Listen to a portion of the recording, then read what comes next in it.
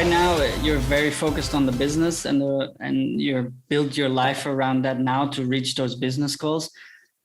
Down the line or in the future, what would be the ideal full potential for you? Obviously, you can like set your goals higher and higher and higher, but down the line, let's say in 20 years, what is going to be your full potential? Okay, that's a really good question, because a lot of people, like, they would get stuck in like getting higher and higher goals and defining themselves by these goals. And that's exactly what I don't want to do, even now. So I'm really focused on that, but I don't want them to be like in me, right? And we all talk about like finding the balance between work, life, and all this. Of course, it's true. However, how to say it, I know that like when you really want to achieve something like big and great, I don't want to say it's impossible to find the right balance, but you got to work a lot, right? And when you see all the successful people, like the really successful people, most of them, they're not balanced, right? So I don't know if you get my point. Yeah. It's very difficult to find a balance in the end of the day. I don't know how you approach this. For me right now, because I also have a very much focus on business right now, as I need. Yeah, great. I'm saving up and I want to reach certain goals business wise, but I want to work so hard that I'm going to force myself into, okay, now I need to find a balance. I don't necessarily want to find that balance first because I don't know yet what is possible. Right. It's very difficult to explain because it's all in my head. But if I start balancing something that I don't even know what is out of balance, that's why I need to tip the scale one way to see how far I can push that. And when I see, okay, this is wrong, then I push the scale the other way to find a balance again, and to like you work too hard, you get stressed out, you get depressed, and affects your social life, affects your close people around you. You become grumpy and not a nice person because you work too hard. So then you reel it back. Okay, these things that I did pushed me too hard, and now I go back and start like getting into a better routine. Also, another thing, too hard working is you work until 4 a.m. at night. You sleep, or like you still have to get up early because you have business, but that means you're tired. So you need to reel that back. You won't be exactly. You're more productive if you sleep properly.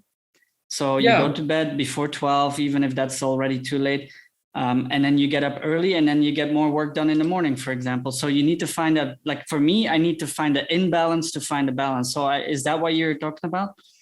Thank you so much for sharing this, because it's so important that people know and don't make the misconception. When we say like balance, it's not like work like crazy into 4 a.m. and then not sleep. No, that's not balance. That's just being crazy, if I can say.